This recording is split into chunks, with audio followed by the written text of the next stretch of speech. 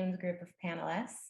My pronouns are she, her, ella. Ella is Spanish for Thank you so her. much, Chris. I appreciate And the I am on introduction and the lands invitation from to join Osage this Nation wonderful in the Western Pennsylvania area. esteemed group of panelists. I am currently my pronouns are wearing she, her, ella. Ella is uh, Spanish for pastel she, her. pink And blazer. I am on I have lands from a Osage Nation fashion in the necklace Western that has Pennsylvania multiple area. shades of pink in the I am flowers. currently I'm wearing gold hoops that are pastel shaped in a pink square blazer. My hair is down and I it's have curly, on and I am wearing blue lead fashion necklace that has multiple shades. They are in brown leopard frames, and my background is pretty plain. Gold white background with a square coming in from my hair is down and it's curly, and I am wearing blue lead glasses because of all the screen time.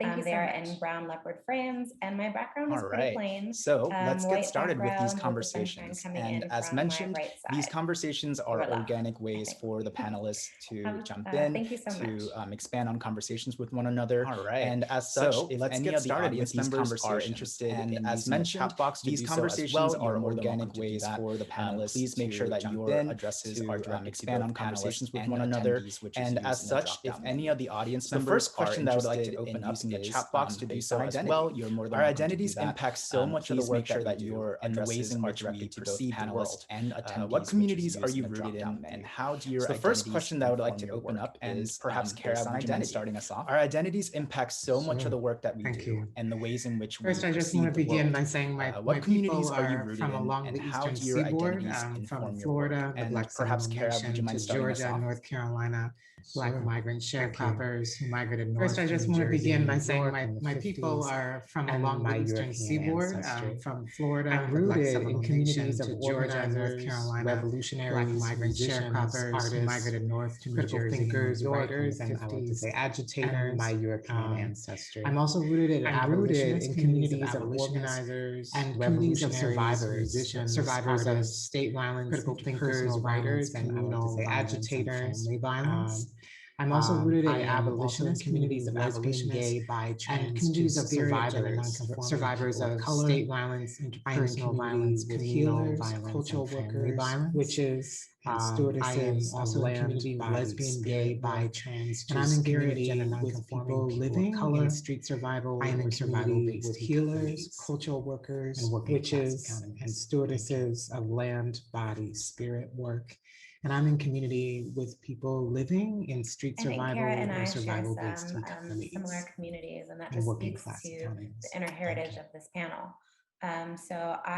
My origin and how I identify as Afro-Latina. I think Kara and I, my family is from Puerto Rico. Similar communities. My paternal side is from an area where enslaved Africans were brought. My origin and then my maternal side is where I'm more my family Indigenous Puerto Rico nation. My paternal side is from an area where enslaved Africans were brought. So both of my grandparents and my maternal side is where I'm more in Puerto Rico. Indigenous. So I consider myself bicultural, resided with various communities. So I identify as Afro-Latina. So both of my grandparents Black and my parents, my racial identity here and raised in Puerto Rico. But also I consider myself bicultural, necessarily an identity various that is ascribed. So I identify as Afro-Latina. Like I would identify myself Black as part of my racial identity here in the United States. But also here, we I identify with the biculturalness that is ascribed when in the Caribbean, right? Like I would identify myself as Boricua, I also share communities of surviving. And so here, folks I label the ghetto and with the growing up in the projects and also what it means to border two lands and two regions. I also share communities of bilingualism and survivorship. What folks have not only the ghetto and growing up in the projects and also surviving sexual violence and trauma, which was a very multicultural I also share communities of bilingualism and survivorship. Many people of color, many surviving marginalized identities are considered surviving sexual violence and trauma. In Puerto Rico and in most Latin American countries, we call those luchadoras of resilience. I consider myself a community many people of color, many people with marginalized identities acknowledge that there is a lot of in Puerto Rico and in most ways that I identify. We call those luchadoras. In terms of being a queer woman, myself a bisexual woman. Luchadoras. I also acknowledge that there is a lot of an educator, overlap in ways that I identify. There's just so much overlap of being, and I think it's so important as we think about what communities a woman we are a part of. Sometimes it's easier to acknowledge first generation we're not a part of. Because there's all the so much overlap, and I think it's so important as we think about what communities, multicultural we are a part of. Sometimes it's easier to acknowledge the communities we're not a part of because of all the intersections and intercultural and interheritage and bicultural and multicultural ways that we exist in this world. I can go. My people are Palestinian. I am the first generation. My parents are both born in the West Bank of Palestine under military occupation. My people are lineage back generations. I am the land of first generation. My parents are both born in the West Bank of Palestine, Southwest Brooklyn, under military occupation. I live in a very multicultural lineage back generations, but really grew up amongst a Palestinian community, the land of Palestine, to the United States for better life. My people are also in Southwest Brooklyn, where I grew up. My people are also in a very multicultural, diverse community, represent really every racial and ethnic Palestinian community who came to the United States. They are all over the world, but I am connected to a Muslim American community. I am also, my people are also Muslim, marginalized, they are diverse and otherized, represent every racial and part of a pan-Arab American community, and they are all over the world, but I am connected to a Muslim American who I'm connected here, who I organized been for so long. I also, like Kara and Valeria, am rooted in an organizing. I am part of a pan-Arab American community, sector, multi-sector, intersectional, who I'm connected to, who I organize with. I also, like Kara and Valeria, am rooted in an organizing community of because I organize predominantly in spaces around intersectional justice and around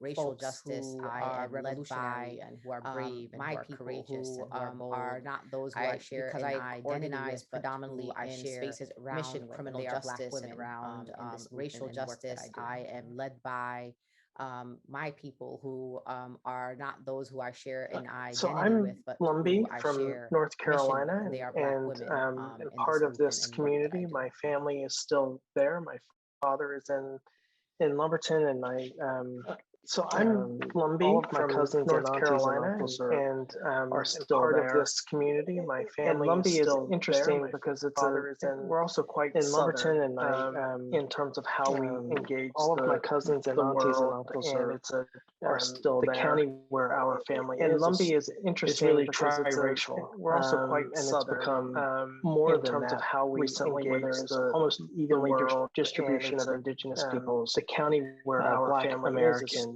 and is really tri-racial. Recently been and it's significant influx more than that. People from Central and South America evenly distributed a really interesting environment, Black Americans there. So and white fundamentally Americans. I identify significant influx of tribal people from Central and community, South America, but I'm also in interesting ways a little bit different than my co-panelists. I grew up there, but so activist parents fundamentally as well, I they were as a member. They were activists in a different kind of way. They both community, but I'm also in interesting ways a little bit different begin to redefine those structures, activist parents as well. But they were ways they were activists in a different kind of way. Peoples to really both worked for the federal government and those systems begin to some of that impacts my own those structures. Break someone who's an academic create in institutions of higher education that are Indigenous all, peoples to really move are rarely kind to those systems look like some of that impacts my own sensibilities as someone who's an academic who works at the same time institutions of higher education that are all not always kind with are rarely kind them. And then the last thing I'll say about on this panel, those institutions also weren't made to love us. And at the same time, I find myself trying to work in Indigenous boys through them. And then the last thing I'll say the way I think about the future, about both the present and the future. And so I am with my spouse, a father a bit this way, but certainly having young Indigenous boys, and that I am a parent impacts the way I think about the future, friends, both the present and the future. And so really I fundamentally think about what been a bit this way, but certainly having young men that I am a parent to and their friends. Thank you all so much for sharing yourselves. Really fundamentally with think about what community members might the future just to kind of respond to a couple of things that were shared. I really appreciate Dr. Brayboy talking about. Thank you all so much for sharing yourselves. My history definitely became intertwined as soon as I migrated to the U.S. with my family. Respond to a couple of things that were shared. I really appreciate Dr. Brayboy talking about looking back into impacting in terms of my history definitely became intertwined. Valeria mentioned I migrated to the U.S. when it comes to BIPOC folks, Black, Indigenous, and people of color, and folks who look like us in this panel, isn't often we developed at global scale, but as Valeria mentioned, become fighters are very when it comes to existence. BIPOC folks, Black, Indigenous, and people of color, and folks and so the next question has to do about often what that we develop that level of resilience. One of our panel to become fighters are very active trauma existence, especially here in the U.S., but of course there's global context. And so the next question has to do about so the history of the United States shows a pattern of one of our panel themes violence of intergenerational trauma for the preservation, especially here in the U.S., but of course there's global. How is intergenerational trauma affecting so the history of the United States shows that you just shared a pattern of oppression and why is it important for us to talk about intergenerational for the preservation of white supremacy? I feel how is intergenerational trauma affecting your and perhaps Dr. Brayboy, would you like to get us started? Sorry. And why is it important for us to talk about intergenerational trauma? You.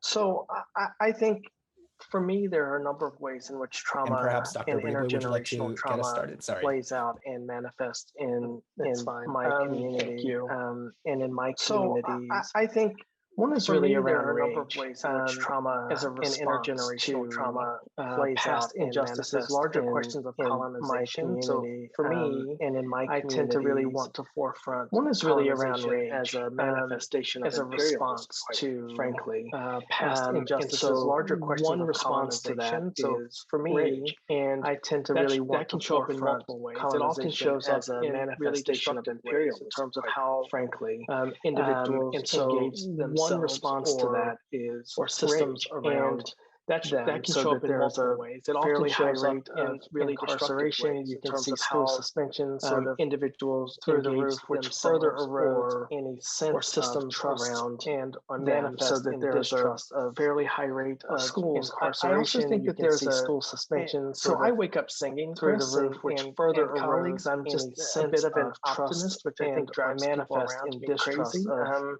So I tend to not want to just sort of think there's a rage.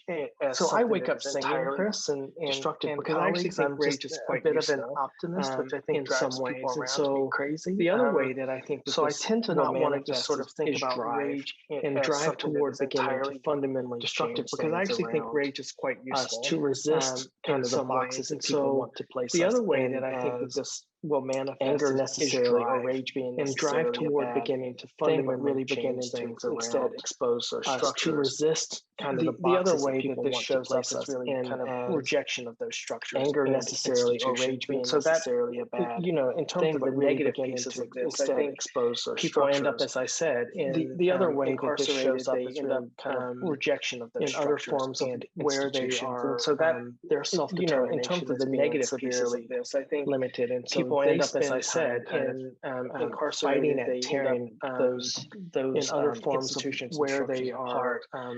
For me, there's another piece of that in terms of the rejection of structures, which they spend time kind of tearing them apart and fighting and tearing, but it's fundamentally about those what kinds of new structures might we build. And for me, there's another piece of that in terms of the rejection of structures, which isn't institutions, it's tearing them apart and leaving a pile of rubble, but it's really interested and feel like kinds of new structures might say, what might we build in its place? I think that's the other piece. If we reject those institutions and structures, but also, one thing, but I am creates new possibilities really interested and feel like there's a place for us to say, what might we build in its place that rejects those institutions and structures, but also then creates new possibilities for futures breaking for, down and then building up. It's so important, I think, when we just consider all the ways that you spoke about rage, our communities and this idea are active, right, and breaking down and then building and change. It's so important, I think, when we just consider all the ways in which so. One of the things that I didn't mention is that I am part of this larger community, right? This women of color community and all that change and shift and pivot what it means to be a part of this beautiful one of the things that I didn't mention is that I am part of this larger challenging to women of color community and all that it encompasses this erasure is so be a part of damaging to our sense of self, our sense of worth, and how also it is so challenging in all the ways, right? And how it manifests in our relationships relationships and this our relationship to one another, our relationship with damaging to our sense of self, and so I think for me, confidence in all the ways, right, and how it manifests about my particular community, our relationship being to one another, our relationship with self, our relationship to continuously push back and so I think for me, our experience, what I just these loved about just these last few years, we've seen Black women really center and take the mic to say continuously push back. We are making substantial differences. Our experiences. We've seen Latinas just these last and I love that few years. We've seen Black women really center and able to take the mic to say we are that pride and we are making substantial differences. I think what we've seen Latinas do the same, and why we always have to continue I love that being resilient is that communities. Resiliency for some reason is share in that pride and that resilience. But we wouldn't think have to have the skill set of resiliency. Why we always have to continue to be resilient, included organically and naturally and respectively, has been kind of connotated with positive, right? But we wouldn't have to have the skill set. Sometimes the resiliency is also already. And I think part organically and naturally and is making sure that as we center ourselves in the might, that we also continue to center our brethren. And so sometimes the resiliency is also exhausting. And I think part of where this pivot where we need to is making sure that as we center ourselves, but we're fighting as a larger community to center our brethren. And I think so that it's not this ethnocentric valued so much about being Latina, this pivot where we need to is that there is some fight trauma in for ourselves, right? We're fighting as a larger some community. Of the media, right? Focused on the national headlines of valued so much about being Latina, but there hasn't been Puerto Rico, a lot of focus on the trauma in our island, right? Behind those natural disasters. Some of the media or the broken infrastructure that was created by our federal government, hurricanes and earthquakes, Puerto Rico, but there hasn't been state of a lot of focus on there's all of this scapegoating about those natural disasters and this debt that we have, or the broken infrastructure that was created by our federal government that did not apply to any other territory in an earlier state of and yet our people continue to there's all of this scapegoating about this deficit and this debt that we have forward that actually comes from federal laws and created that do not apply to any other territory in the country, and yet our people continue to resist by literally shutting down the islands and marching through the entire island to reclaim their politics, to pick the largest non-violent governor in really think about the needs that were literally shutting down the islands and marching through the entire island, coming from values of reclaim their politics, family, communication, the former governor, to really think about the needs that were imperative for our people and the resistance that we have when we then come coming from values America of community and family, and so all of a sudden these American matriarchal organization, right? Like we also are matriarchal community, and the resistance projected onto us where mainland in our communities it's a very different type of way. And so all of a sudden these American norms of submission, and so all of that navigation, all of that nuance, all of that resistance projected onto us very proud of in our communities. It highlights our strength and sure there's machismo, which I think is it's different, and so all of that navigation, all of that nuance, all of that resistance is something I'm so very, very proud of because it highlights our strength as a people, which I think said things that really resonated with me. Something to be highlighted. I feel like when I wake up every day, my just existence is resistance. In this country, having to defend my existence as a Palestinian. Both of you said things that really resonated. Tell me that I don't exist. I feel like when I wake up every day, my great grandparents' imagination that there was no such thing as having to defend my existence as a Palestinian.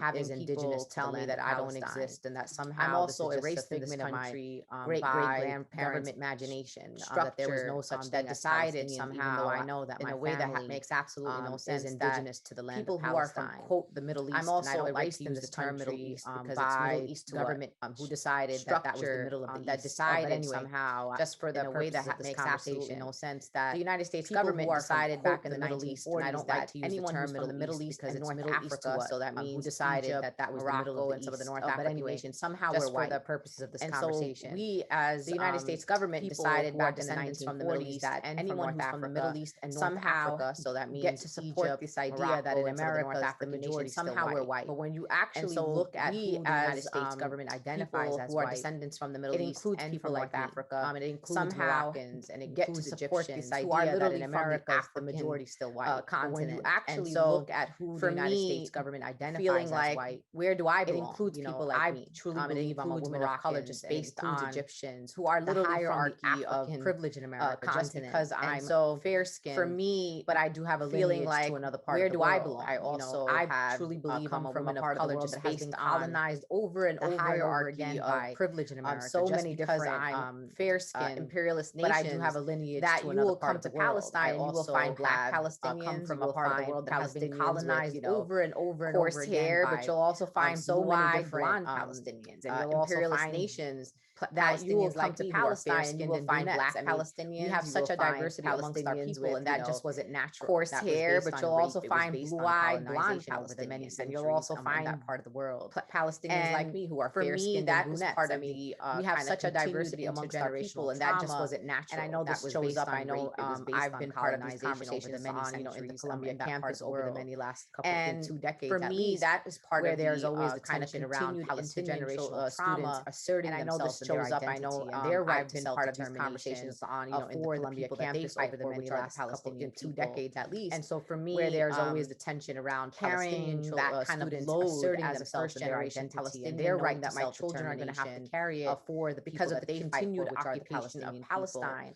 And so literally every single day, even as I sit here today, that kind of load as a first generation Palestinian, knowing that my children are going to have to carry it because of the continued occupation. And we are afraid of the days that could come. And literally every single day, even as I sit here today, that is more land attributed to our being stolen, that there will not land liberation smaller and smaller and people, at least not in my generation, or maybe. And we are afraid of the days that could come where there will be no physical place. Resilience is exhausting. Attributed to our having that there will not your identity every day, having to live with this idea of pride, my generation or maybe the generation, and as our indigenous to your point, Valeria, teaches us resilience is 7 generations to come. As I think about having to 7 generations of Palestinian Americans having to come out with this idea of pride, having to maintain a generation and over the next 7 generations, family teaches us.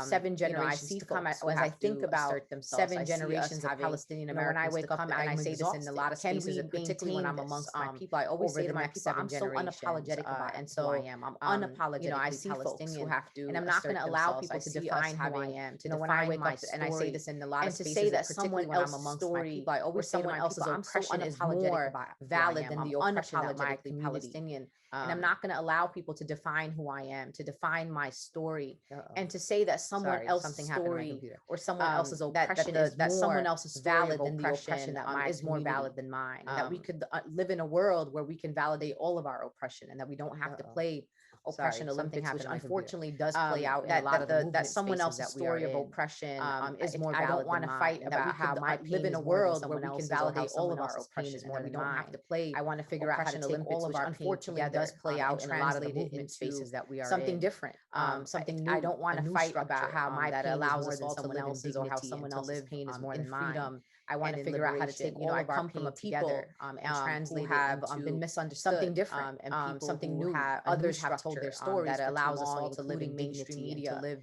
And I tell people, come to the liberation. I come from a people who have been misunderstood. We just want to live. People who have others have told their stories. We want to, we have aspiration. And I tell people, come to the every other streets of Palestine, and people will tell you all. And we just want to coexist. We just want to live something that is rooted in justice. Children to go to rooted school. In liberation and freedom. We want to, we have aspiration. I don't want my people just to live. I want them to thrive in this world. I want them, and we just want to coexist, continue from generation to generation, rooted in justice, so that they can continue in liberation, revolutionaries. But also, I don't want my people just to live. I want them to thrive and future. I want them to parliamentarians continue and leaders, generation to generation. I appreciate so that they can continue to birth and this revolutionary self-determination, but also to birth future scientists and future parliamentarians and just and to riff with and so all of you. I appreciate this conversation and this commitment. First, I just want to say this idea of cellular memory, right? Intergenerational trauma, even the idea that we can carry trauma just to riff from global imperialism in our actual cellular structure. First, I just want to say this and the idea of cellular memory for many intergenerational trauma, even the idea that we can carry trauma for our people from global imperialism in our actual cellular structure. That's very much a part. And that has been a disbelief for many in the white Western world, memory, but not for our people like Asian, Arab, Latinx, but somehow this idea of intergenerational trauma became more real in terms of literal vibration, Western blood, masculine dominated scientific lens of epigenetics pulled forward, but somehow this idea of intergenerational body of work trauma became more real when it came through a white, but it is my charge to always say masculine dominated scientific lens of epigenetics in an analysis in a traditional indigenous body of work and or attempted to that has been carried forth. But it is my charge to always say intergenerational trauma is deeply rooted slavery in an analysis in a attempted genocide. Racial capitalism and thinking that has been carried forth by many of our cultural communities, and of course our that know our lands, slavery, our medicine, oppression, and our traditions, attempted genocide. Still pull them racial capitalism as a person of Black descent, of Native descent, on a cellular level, that has been cut off from state by state violence, our lands, our medicine, and not having as and our traditions, yet we still pull them because of state violence. And so for me, as a person of Black descent, of Native descent, I just want to remember cut off from state by state violence, cellular memory, and not having as a deep connection to Black is of itself state violence and separation. And that, for me, as a Black queer, I just want to remember having the audacity to say cellular memory and intergenerational trauma interrupt is intergenerational trauma is revolutionary. And because we could easily as a Black say to ourselves, to our communities, having the audacity to say that we can transform and interrupt intergenerational trauma forward is revolutionary. I believe because we could even say to ourselves, to unravel it, to my great grandma, all that pain I believe that you have been harboring for me, that I have been harboring that story that I don't want my children I believe to harbor. I can snap it, and I think that is a cosmological shift. All that pain, right? Like that you have been harboring to have the audacity to harboring for you that I don't want my children in our collective survival. And I think that that is a cosmological, as many of you have spoken to, right? Like to across our imagine to have the audacity to imagine we could we have the power truly in our collective survival defined by global imperialist terror, by white supremacy, as many that we are only existing across based on what we have survived and not what we have truly believe we have the power we have been to not only be defined by global imperialist when I think about intergenerational trauma, I think about traditions of healing. Based on what we have survived and not what we have created. I think about lineages, how we have been safety, what we have that we have all culturally in our communities. When I think about intergenerational trauma, I think about traditions of healing. I think about traditions of care and protection. I think about lineages models that we have all culturally in our communities has looked like imprisonment, which has looked like testing and experimentation in our communities, which has looked like exploitation of Western-based models for the economy and the preservation of whiteness, like imprisonment, which has looked like testing and experimentation in our communities, which has looked like exploitation of our people for the economy and the preservation of whiteness, for the preservation of think about transforming intergenerational trauma is what are we trying to build that values all bodies, all genders, all abilities, and sexualities. So how do we actually way beyond? I would say queering think about transforming intergenerational trauma is what are we I would say transcending that value all bodies, Christian, all genders, all abilities, and sexualities. That it's way beyond. Not only I would say queering this idea of what bodies can be, or I would say transcending gender supremacy and Christian supremacy that does not allow us to not only coexist, imperialism that's rooted in ableist supremacy, and gender supremacy and Chris, can I just Christian supremacy that does not weigh in allow here a bit us in terms of coexist. I'm fascinated by this and just totally humbled by y'all in terms of what you have to say. I want to just sort of there is something really important about weigh in here a bit in terms of I'm fascinated by this and just totally humbled by y'all about this concept called rhetorical sovereignty, which is really I want to just sort of fundamentally about being there is something really important about and in his work he calls into question he has written about this concept called rhetorical sovereignty, which is really and I think what I'm hearing my fellow panelists talk about really is and in his work debate and what does it mean to question the those terms of the debate to be refused.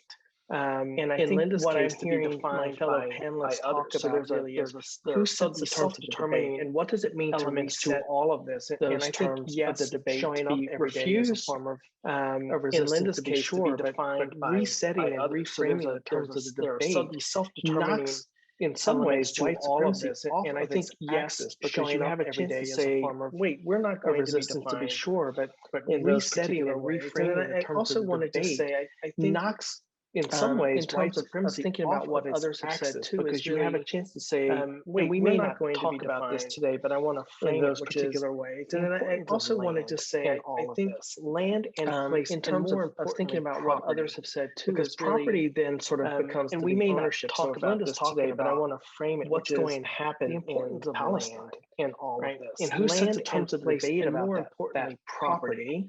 Because property then sort of becomes to be fundamentally about Linda's talking about, because place is different than land and property. It is land that has been, and who sets the terms of debate about that property? What happens when those meanings begin to intersect, which is really about fundamentally about fundamentally the U.S. is rooted. Place is different than larger notions of property. Whether it's sort of Cheryl Harris's work around what happens when those meanings begin to intersect. For me, there's also something really important. Fundamentally, the U.S. is rooted in larger notions of property. It's important for us to pay attention to. Valeria's point about Puerto Rico gets to whiteness as property. Well. For me, there's also we can't talk about trauma in some ways without really talking about place and property. That it's important for us to pay attention to. Valeria's point about Puerto Rico gets to this as well.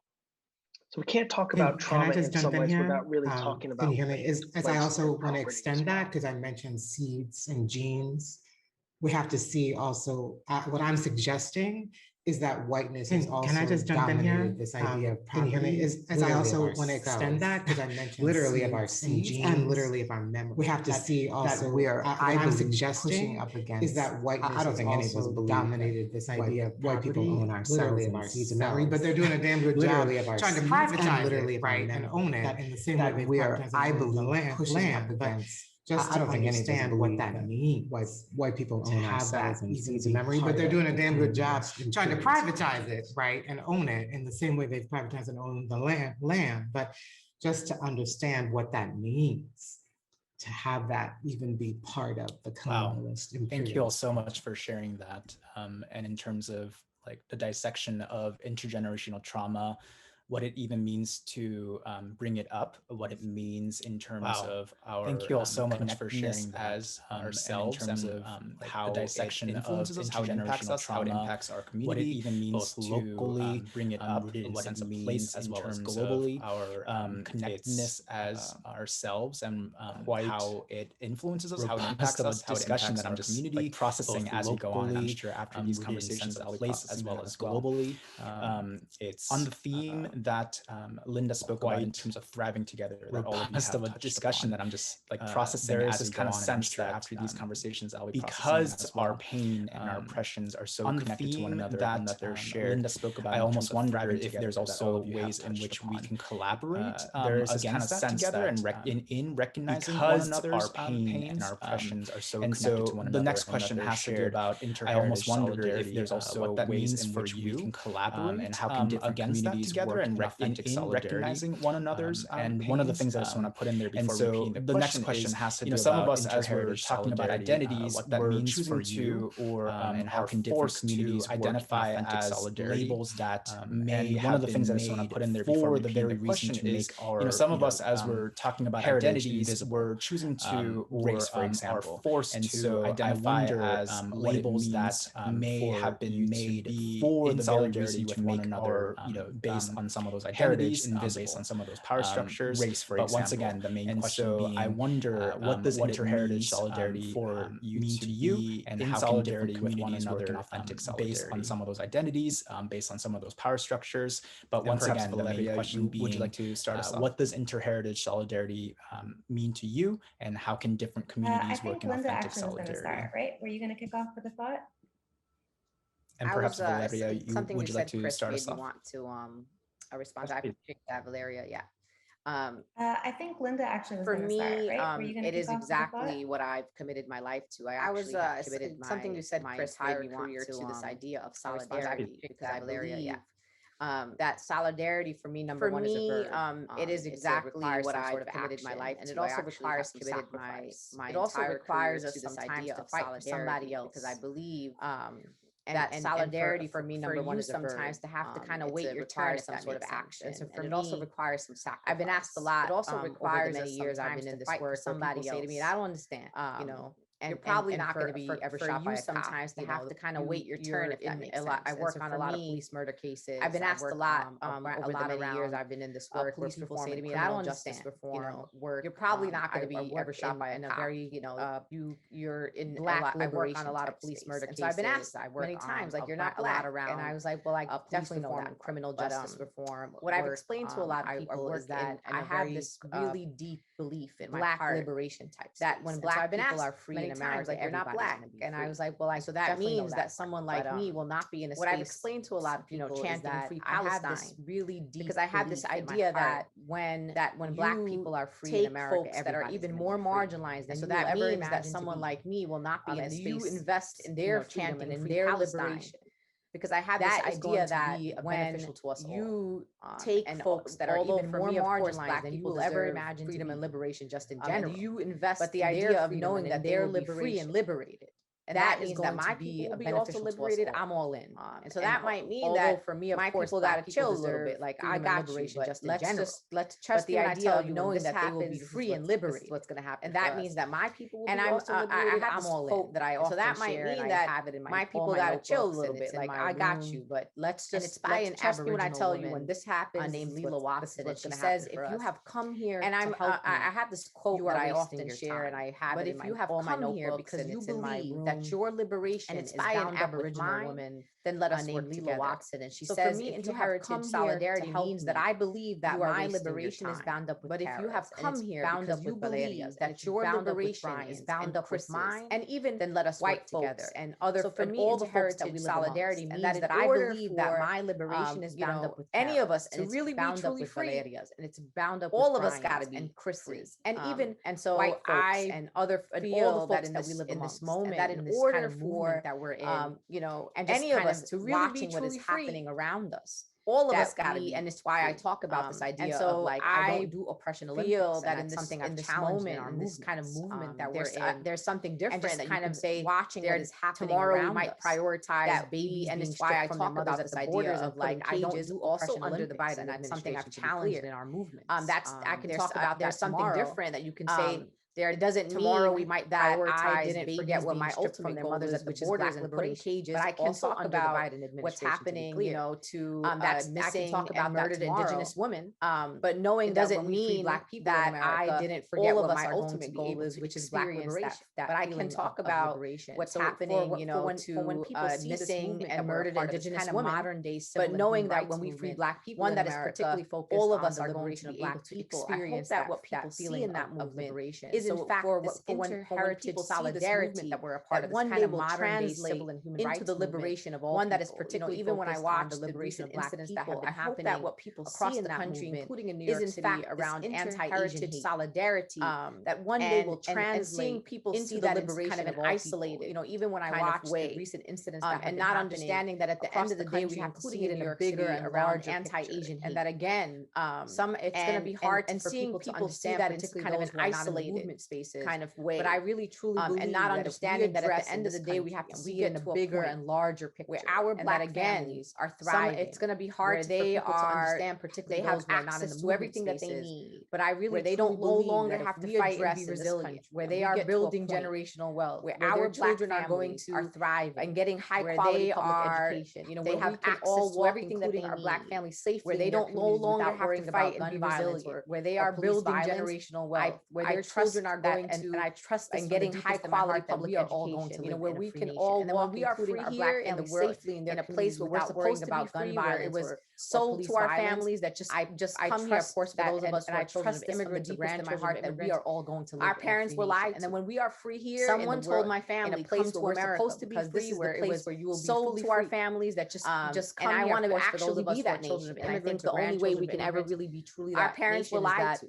Black people. Someone told my family, come to America, I think because this is the place where freedom and liberation to other parts of the world. But right now, I want to actually be that, and that's why I think the only way we can ever really be truly that nation violent towards others. Black people we have actually created more destruction around the world than we have democracy and freedom. And I think it's because we haven't right now we can't do that. Address our poison and our own toxicity and our own violence towards others. We have actually created more destruction around the world than we have democracy. Its original ideals, I think, is why we haven't been able to address our own around the world and our own people of color and own violence that I come from. So that's internally Interheritage solidarity been able to live up to. It means showing up in something that Bernie said. I don't know if anybody's Bernie bro, but I was. But this is something that was around the world against again people of color and Bernie. And I know him for a long time. So that's what Interheritage said this at a rally in Brooklyn. It means showing up in something that Bernie said. I don't know if anybody's Bernie bro, but I was. Are we willing to fight for that was a little not know? Are you willing to fight for someone about Bernie? And I am willing to fight for someone that I don't know because that person that I don't know at a rally in Brooklyn, it really somehow resonated with a lot of people around the country. More of that liberation. Are we willing to fight for people we do not know? Are you willing to fight for someone that you don't know? And I am willing to fight for someone that I don't know because that person that I don't know, when they get free, somehow I'm going to feel a little more all of that for me was gems and jewels, like rubies and sapphires. That was like those were that was amazing. And I so thank you from all of that for me was gems and jewels, like it is rubies and sapphires. I wholeheartedly, whole spirit amazing, and I agree. I so thank you, like from like everything depths of my spirit for sharing. And I know that quote, and I love that quote, and it reminded me of Audre Lorde's quote, wholespiritedly, that I am not free while any woman is unfree, even if my shackles are different than mine. And I know that quote, and I love that quote. I'm not free. It reminded me of Audre Lorde's quote. Person of color that I am not free while any woman is unfree. For me, that's like I just think about that, and I'm not free. Those are two of my favorite quotes, actually. Any other person, because I think color it's so true. It remains absolutely right. Solidarity is a verb. For me, that's like action. I just think about that based on. And I know that this might sound two of my favorite quotes, and it might sound like a whole because I think it is so moment, but honestly, you're absolutely right. I find love verb. It is really be synonymous with all of the things that I want. And I know that this might sound cliche and it might sound like and so for me, love is also a verb. But honestly, I find it is a choice to really be synonymous with all of the things that I want in this world for all love in public.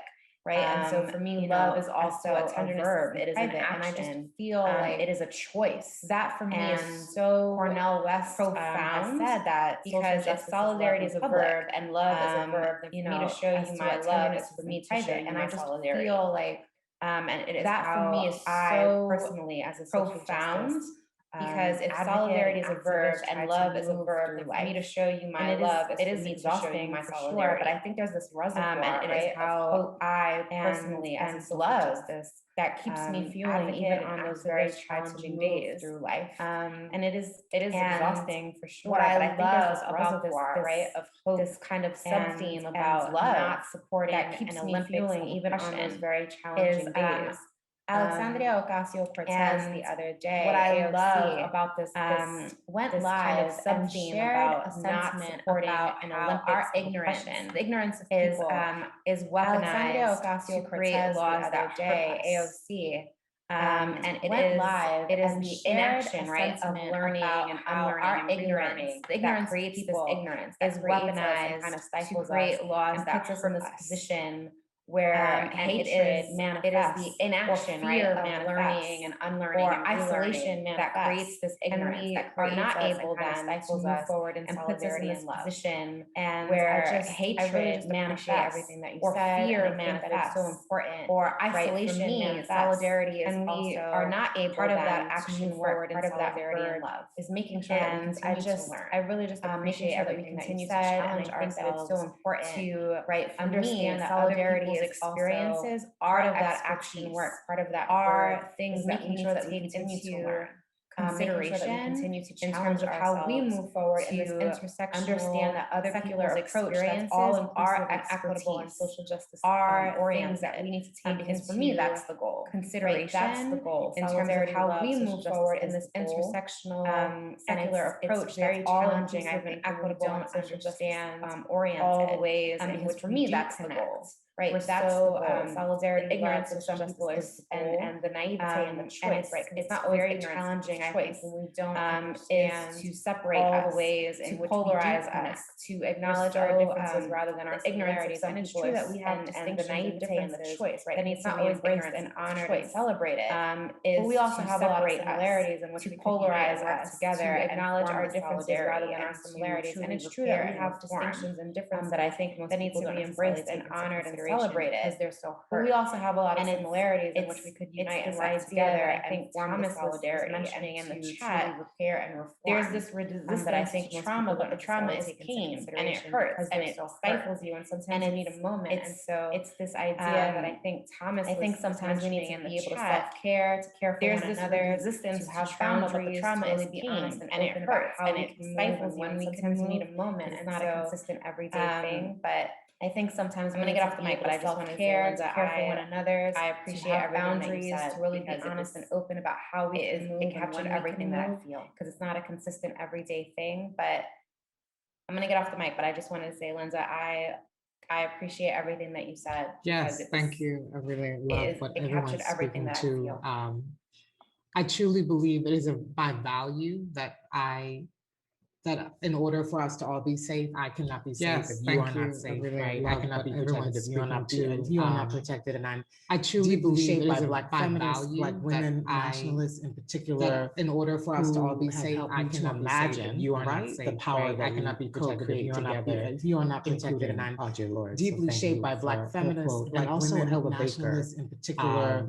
And Asada Shakur, I want to give this quote: "It is our duty to fight, co-create together. It is our duty to win. So we must love each other and support each other. Ella Baker, we have nothing to lose but our chains." And Asada Shakur, I want to give this quote: "It is our duty to fight for our freedom. It is our duty to win." But just wanting to say, like, that is my core. We have nothing to lose but our chains. And believing that we must, Asada Shakur, Black Power, we must move together in formation and fight in alliance. And I exile in Cuba. But just wanting to say, like, that is my care for core value and believing that we must protection and safety. We must move together in formation and in alliance. And I'm deeply respect by the power I've seen over this last year in response to COVID to shake up and agitate and what were obvious inequities and disparities happening in our communities long before COVID by the power, right? As many of us have mentioned, what response to COVID, the 90s, to shake up and agitate, and then more immediately from Obama to Biden, disparities happening in our communities, of course, jumping over Trump COVID, but right, all of these, many of us have mentioned, what was time that have completely the 90s, scarred and disenfranchised, and then more immediately from Obama to Biden and kill our community, of course, jumping over Trump. Yet still, we are powerful. All of these moments, the Black liberation that have completely still scarred and disenfranchised or attempted disenfranchised our community and kill our communities, police our communities. Always speak to they could not have done it if they were not moving in formation. The Black liberation movement in this country, inside of Black Lives Matter, led by racial capitalism, against imperialism. That it's not. This is not. Always speak to they could not have done it if they were not. And I really deeply appreciate Linda you saying global, you know, as a like against racial capitalism, against imperialism, Black liberation, Black freedom. That it's not. This is not. This work does not happen in a vacuum. And I really deeply appreciate Linda with saying, how do we show up, you know, as a like Palestinian speaking to Black liberation, Black freedom targeted, not just from this past year, but centuries. And I'm wrestling with how do we show up named targeted Asian comrades, villainized by a yellow targeted, not fear from this past year, but centuries. And we could look at the broad spectrum, right? You know, how much fear and terror, villainized by a yellow peril used. Fear against all of our Asian communities. And we could look at the broad spectrum, right? How much fear and how will we love each other and ourselves, and then how will we build perpetuate against all of our communities that we truly cannot. Thank you, Valeria, for speaking to unless love. So many people showed up for the how will we love each other, and so many people have shown up for the Black Lives Matter movement. I mean, so many people show up for the murders that we truly cannot. Massage workers in Atlanta, Asian massage workers in Atlanta, people showed up for the Dakota pipeline extension. So many people have shown up for the Black Lives Matter movement. I need so many people to show up for the murders of massage workers in Atlanta, Asian massage workers in Atlanta, Georgia, as part of the extension of yellow peril and anti-Asian racism in this world. I need us to rise up and move together. That was fantastic. One of the mistakes of going last is you've got to follow all of that in front of you, which for me is hard. I think coalitional work really demands that we set aside singular mistakes of going last is you've got to move toward instead these larger issues and to sort of restate what has already been said. Those larger really demands that we set aside singular sets of center of identities and rather than singular ideas or instead these larger issues and to sort of restate what has already been frame the issue. So just sort of building one place where we center those. For me, there's some interesting rather than singular ideas or this. And thinking about the Dakota Access Pipeline identities and instead frame the issue. It largely got just framed sort of in the media and by others as a native issue. For me, there are some interesting possibilities about this and thinking about addressed the Dakota Access Pipeline and people looking for a better existence coming across the border as a native having Customs and Border Patrol in Flint pour out water, which is addressed as a Black issue to life. And everywhere, but particularly if you're making a better existence coming across the border in the Sonoran Desert, immigration issue. Border Patrol. What links those three things is water, which is fundamentally about the importance of water everywhere. So what particularly if you're making a migration reframe that rather than a native issue, a Black issue, and an immigration issue, to learn about what links those three things is water and sanctity of fundamentally about the importance of water. So what happens when you begin to reframe that rather than a native issue, a Black issue, a Latino issue, to learn about water, whether to not have water threatened, to be able to have water, potable, drinkable water. The U.S. is one of the rare coalitions begin to shower in move around. What does it mean to have access to clean water? The abundance of it to not have water threatened, to be able to broadly, but then when you start to look more closely at it, the U.S. is one of the rare places. Wait a second, we shower in water that we can drink. So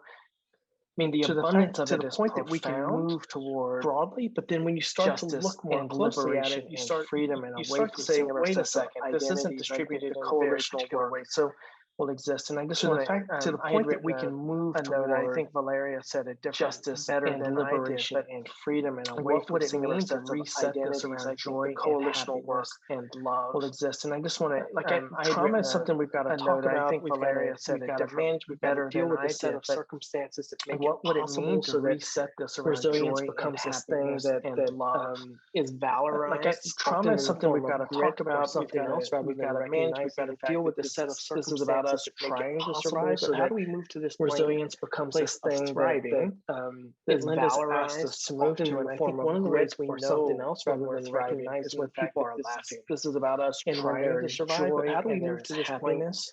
Place it is a place. Whenever I say, when people say to me, how do I get to move to? And I think one of the ways go to places where people are having thriving is when people are laughing. That's how you know when there is joy and there is happiness in a community. It is a place. Whenever I say, when people say to me, how do I get to know tribal? That is kind of where go to places where people are having fun. You are actually there. That's how you know. There's always some sort of when you are in a community when people are laughing. These larger questions when people are having fun. I would just second kind of where you said, you know that you are actually there because love and we're always in a move towards joy and happiness, but it's often one place where I also think we can do these larger questions. Interheritage, I would solidarity, coalition said, which is a return to love and centering it, and a move toward joy and happiness is one place where I also think we can do interheritage, solidarity, coalition. It looked like somebody was jumping in. Okay. Wow. Thank you so much for all the wisdom that you all have shared, especially in regards to the panel's themes. It looked like somebody was so much of the expanded discussions on solidarity, love. Wow. Thank you so much for all the wisdom that you all have shared, especially in regards to one another, the panel's themes, but so much of the expanded discussions. One scholar that I look up to is Dr. Martin Brokenleg. who speaks just on what all that First Nations principles of learning, and one of the quotes that he said ourselves to one another. True generosity hurts. I know that. And so what does that mean? Is that also look up to is Dr. Martin Broken, and solidarity to give to other folks who you know First Nations principles of learning, and one of the quotes that he said is like your true generosity hurts. So really appreciate and so what does that mean? Is that also I just want to name a couple of things before moving on to our final question. One, it is 1:15, and so we just have about 15 minutes remaining in the conversation. Freedom, and you're limited in here for hours and hours. Really appreciate the thoughts that are going on. As we know, I just want to name a couple of things before moving on to our final question. One, the second thing is I want to appreciate all of our participants who have been filling up our chat box with so many hours and hours comments and reflections. We really appreciate you affirming both our panelists. The second thing is I want to appreciate all of our participants who have been so the final question that I want to ask with so many critical comments, social work, and reflections. We really there are many of us here as yourselves have identified as activists, change makers, educators. So the final question that I want to ask, counselors or healers, sponsored by the School of Social Work, if that is a role that you are, there are many of us here as yourselves have identified something as activists, change makers, something that educators, it is in your genealogy or healers, and you're looking to do that is a role that you are looking to that might be diverse, that might have something as an adoption look like you, something that very different from you. It is in your genealogy. What are some advice that you might give? You're looking to do that in communities that might be multicultural. I know that when I was that might living in Alaska, that was something that I definitely had to not look like you, or who are very different from you as it pertains. What are some advice that you might give to those Indigenous lands? Well, I know that when I was living in Alaska, that was something that I definitely had to reckon with. Like, what does it mean in terms of my position as it pertains to being an educator in Alaska in an Indigenous Chris, would you repeat the question, please? All of it is Indigenous lands, but yeah, for sure. So we're talking about love, solidarity, giving, and what that means.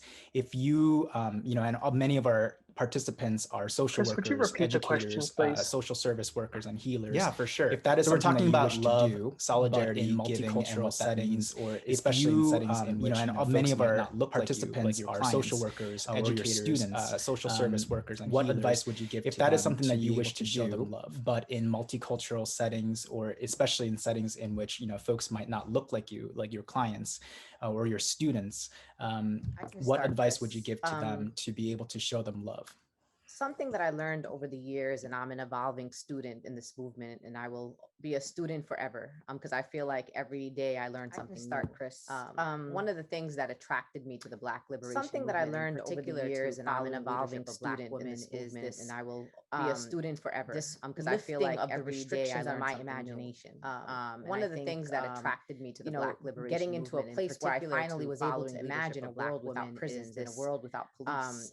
That there is of the restrictions on my possibilities that we have as people to build a world, where that is getting into a place where I finally was able to imagine a world without prisons, a world without restorative justice, and that there is this potential and possibilities that we have as freedom, liberation, and justice to be their full selves and thrive, and to live in a world where that joy that believes in restoration talks about is not just sometimes, and believes in people. And so for me, what I've learned giving working, I was a counselor at Lutheran Medical Center, be their full selves and thrive, and to live in a world where that joy, that as I talks about, is not just sometimes young Muslims, particularly Muslims. And so for me, what I've learned working, I realized that the best love that I can give them is to also remove some of the restrictions and limitations on their imagination. Continued in the movement, not just what do you want to do tomorrow, particularly Muslims, or what school do you want to go to, but take them farther on a journey of what is the big, what are their big dreams, remove some of the restrictions. And we live in a country that often has told not just what do you want to do tomorrow, immigrant children, or what Black school do you want to go to, Black men, but take them farther on a journey. That there's only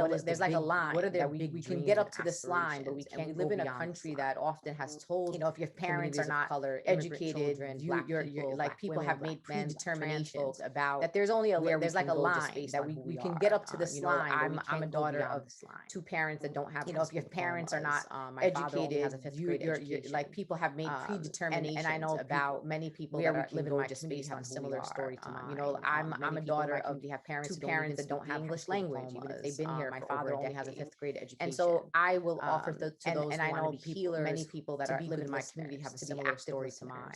Just to let people tell you their story. Parents who don't even speak English language, interrupt them, let them tell you everything that they want you to know. I will offer and then take them on a journey of where they they want to go, what are the possibilities that are out there, just to let and every time they share a possibility, I want you to stretch it even further, let them tell you everything that they want you to know, because we again live in a world that tells us we can't, and then take them on a journey of where they want to go, what are the possibilities that are out there, and you can do anything, and every time they share a possibility, I want you to stretch it even further, take them higher. I am where I am today because we again live in a world that tells us we can't, and I think as healers we can tell people you can. And you can do anything. Weeks ago, where they asked me, or they didn't ask me, they were asking everybody. But I am where I am today because I had Black women. They said, "When was the first time that you had a Black teacher?" I saw a post on Facebook. And I'm a product of the New York City public school system. Weeks ago, where they asked me, and the first time I had a Black teacher was in ninth grade. But I always think many of my teachers at John Jay High School. They said, "When was the first time?" And that was a long time ago. That was in the 1990s. And I'm a product of the New York City. And it was only then, when the first time I had a Black teacher was in ninth grade. And in fact, when I became a John Jay High student at John Jay, and that was a long time ago. That was about 75% Black, and had probably, and it was only then when I 40 to 50% Black teachers. When I started building at John Jay, and I actually had Black teachers who about 75% Black and understood my own identity, not feeling like I belonged in any 40 to 50% Black the kid that was a little bit like as when I and just being started building, taking my imagination and actually had Black stretching it out. My initial and understood my own identity was I'm going to get a high school diploma because my parents don't have kind of like the kid that was like going to be the biggest accomplishment in my family, and then taking my imagination someone take me on a journey that showed me that my initial dream was I'm going to get a high school diploma because my parents don't have telling me what are you talking about, that was like going to be the biggest accomplishment to go write books, like what are you talking about, you have a story to tell, take me on, and I was like my whole life I was like yeah right, what do you mean, I studied published literature, and then here I am, 2020, you don't got to be famous, published by Simon to go write books, so I just want people here not a story to tell, and I was like my whole life I was like yeah right, what do you mean, like never else going to publish my book, and then here I am, 2020, for those who want to heal just by Simon always so I just want people take people here, not stretch their imagination as far never as you can, underestimate what you're capable of. You may be the only person never underestimate who wants your story, who wants to hear your story,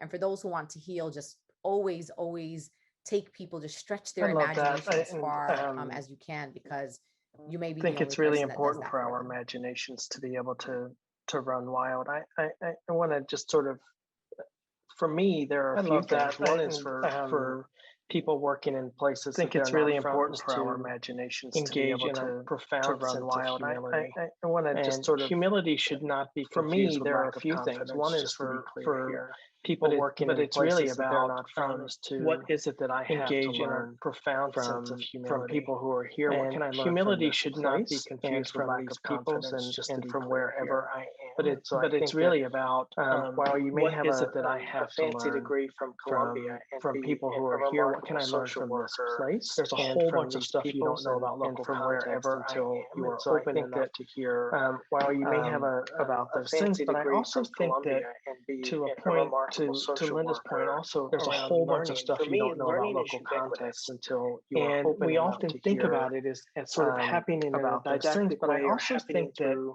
to readings or what happened, to Linda's point, what have you, around learning. There are these challenges in schools and other institutions where we often think about it as sort of happening in a didactic way, always happening through readings. They may not be on task with what we want them to be on. And there are these challenges in schools and other institutions where we say, well, students not on task or students. And so to the extent that we can also be learners in the midst of this, so I always want them to be on, and students are always learning. They may not be learning what we want them to learn, but they are always learning. What would it look like? And so to the extent that we can also, that doesn't mean like nosy and in the midst of this. So I always encourage others. I wonder what lead from a sense of curiosity.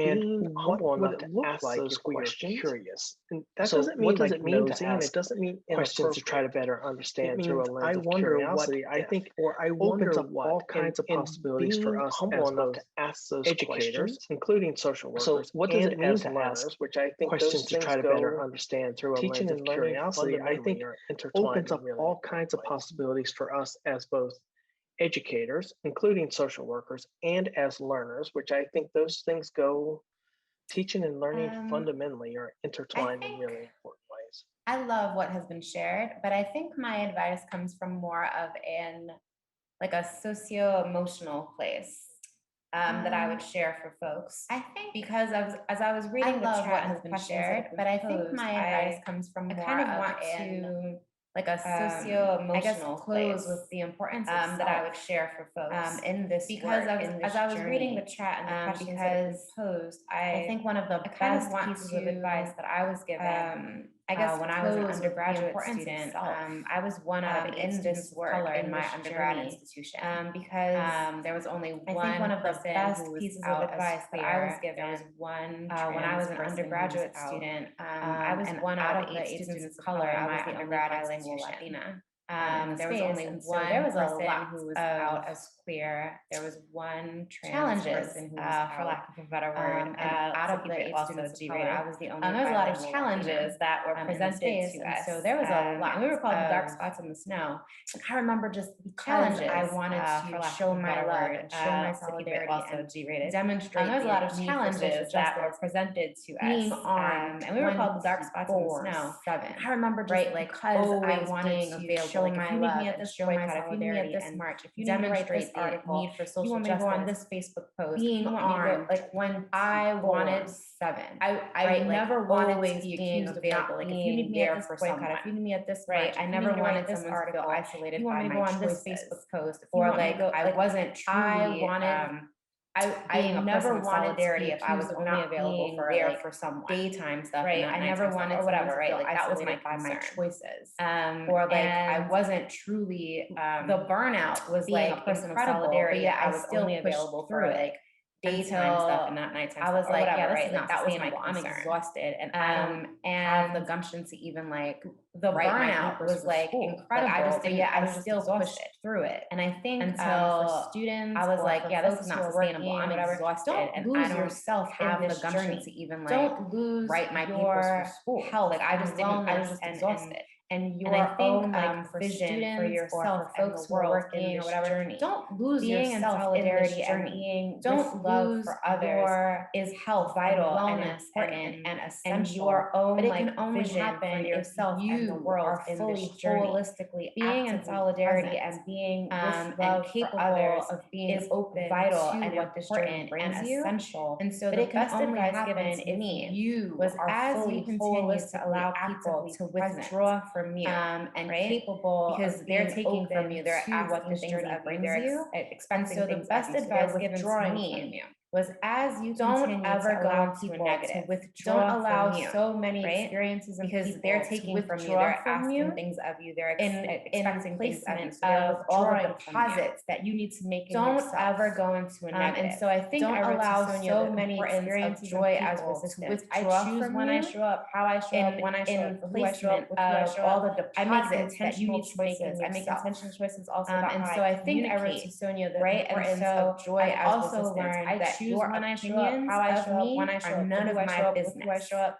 I make intentional choices. If you're mad that I'm not available to march communicate tomorrow, right? And but I marched with you today. I've also learned that you can be mad because I made the choice to show my love and solidarity with you. And so if you're mad that I'm not available to march with you tomorrow, but I marched with you today, always be you can be mad because I made the choice to show my love and solidarity with you and like do this housework. And next week there's going to be another march. There's going to be another boycott. There's going to be very intentional about self-care. Be work. Never forget the work will always be there because and not just social justice work, like housework, homework, schoolwork, all that is always going to be there. Give to and yourselves. So be very intentional about self-care. Most of us were born into a world that was not meant joy as resistance in systems that were not built for others.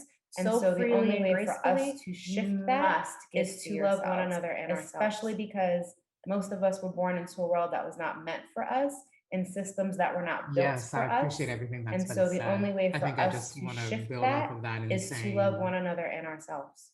I think to being in any institution, educational, social work, yes, what have you. I appreciate everything that's been said. I think I just want to build off of that and saying, right? So everyone has named it. Humility in any institution, educational, social work, understanding why you were there, not to perpetuate knowing your purpose, the harms or abuses of your institution, so not everyone's named it. Humility, disremember the harms and abuses of your institution that you're a part of, but understanding why you hold them accountable, not to perpetuate, while holding yourself accountable. The harms or abuses of your institution, not to grace, disremember the harms and abuses of your institution, the wherewithal that you're a part of, but actually this doesn't feel right. Accountable, while holding and yourself really going back to the Black radical and knowing your tradition of radical imagination, grace. Love it.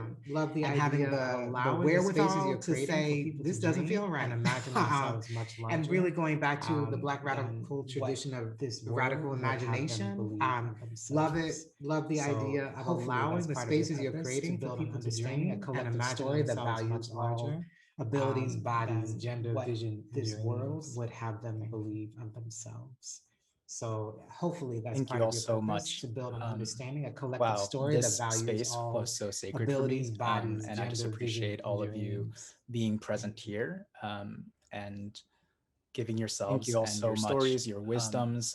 Wow, this to not space only was so to sacred each for me, other, but also and to I just our audience appreciate all members of who you hopefully being got present here as much as I got out of this space as well. giving yourselves and your stories, your wisdoms. 고맙습니다, which to means not thank only you. And in the to each Korean other, but language, also 고맙습니다 to doesn't our just audience mean members like, who you know, hopefully thank you. got It means as much without as you, I really, got this out of would this all space not as be well. possible. So truly, In truly closure, appreciate you 고맙습니다, being which present means here thank today. you. And I believe in I'm the just going Korean to pass the language, mic 고맙습니다 one last doesn't just time mean to like, you know, Dean thank you. It Carmelo, means who without would like to give you, some really, closing this would remarks. all not be possible. So I just wanted to say truly thank you as appreciate well, and that you I being am present here humbled today. to And I have been in believe this I'm just going to space, and pass it the has mic been quite one a last journey that time you've taken us to on. Dean I am Carmelo, so who excited that we would like to recorded give this some because I closing cannot remarks. wait to watch and rewatch and rewatch. I just wanted to say thank you as well. Thank you all for being here today. Thank you to our in this space. It has been quite a journey that you've taken us on. I am so excited that we recorded this because I cannot wait to watch and rewatch again. And so All right, thank you all very for much. being Have a here today. wonderful Thank you day, to our everybody. attendees and participants for being here as well and being so engaged with our panelists. All right, thank you very much. Have a wonderful day, everybody.